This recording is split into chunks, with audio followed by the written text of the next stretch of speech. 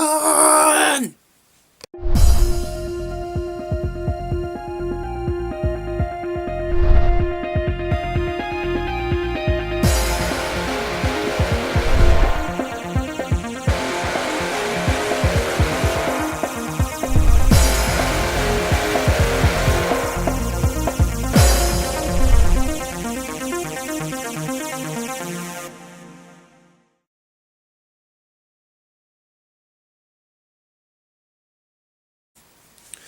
Star Trek, The Wrath of Khan, or Star Trek 2 for everybody else, but for me, this is the first one because that last abomination, yeah.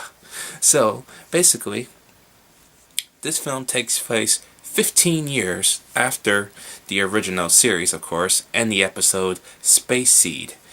In that episode, you have Khan, played by the late great Ricardo Montalbán, trying to take over the Enterprise. But of course that backfires. His wife is killed in the process, and he is marooned on a planet. Okay.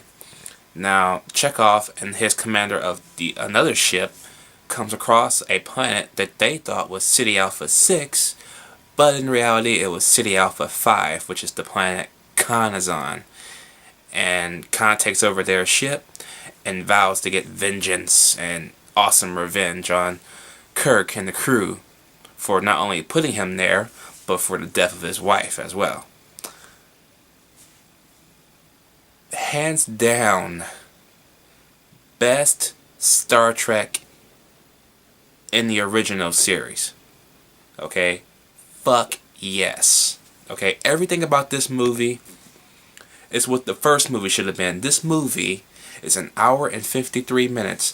I said in my last review that first movie should be at least an hour and 50 something minutes. It shouldn't have been 2 hours and 10 minutes. They do everything I just said in the last review right in this one.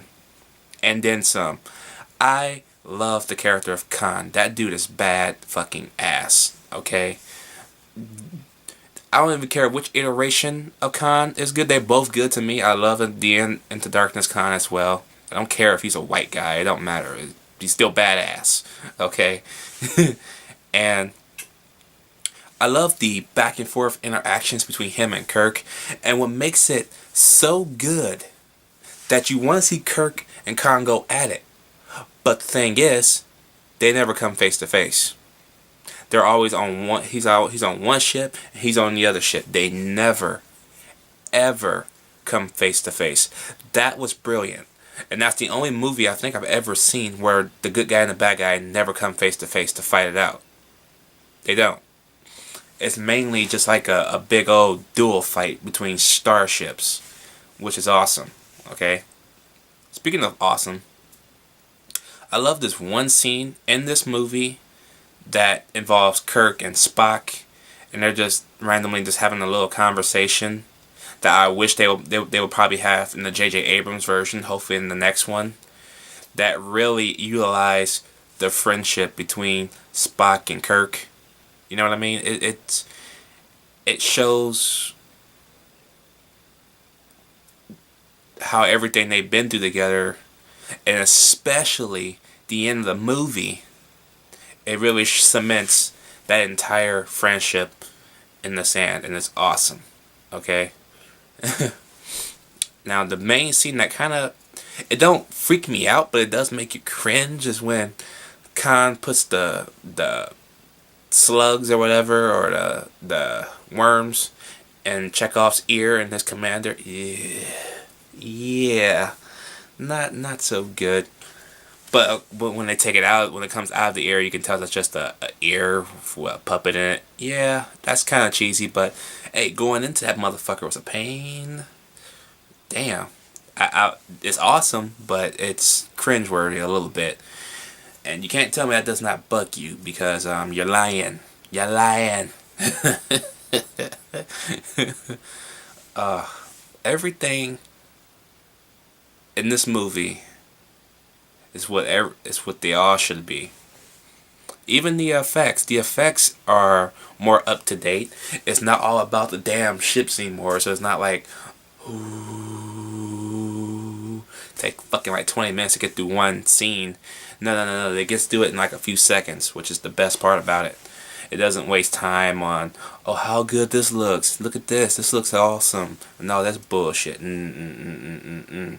That all takes a backseat for probably one of the best story arcs made. Okay? And it's awesome. And I'm so glad that the studio forced Gene Roddenberry to give up full control, because, yeah, that last one nearly killed everything Paramount set up. It nearly killed probably the Star Trek franchise by that point, because at that point Star Trek was already gone in the first place. You know, it was probably off the air for a little while, so I'm pretty sure if they were trying to set up a movie franchise with Star Trek, that wasn't the way to do it. So I'm glad they took him out of that control and went with somebody else, because that dude literally saved the entire franchise. And made one of the most memorable movies ever made. Too bad he didn't create the villain, but he remembered the villain and he brought him in and he used him well. So, yeah, and for that reason alone, just like Into Darkness. But I'm going to give it 2 reviews. I'm going to give this movie an A+ with my badass seal of approval. I only gave Into Darkness a badass seal of approval. This gets 2 ratings because it is 2 times as awesome and it is 2 times as better than Into Darkness. Even though I love Into Darkness to death, you can't beat Wrath of Khan. I'm sorry.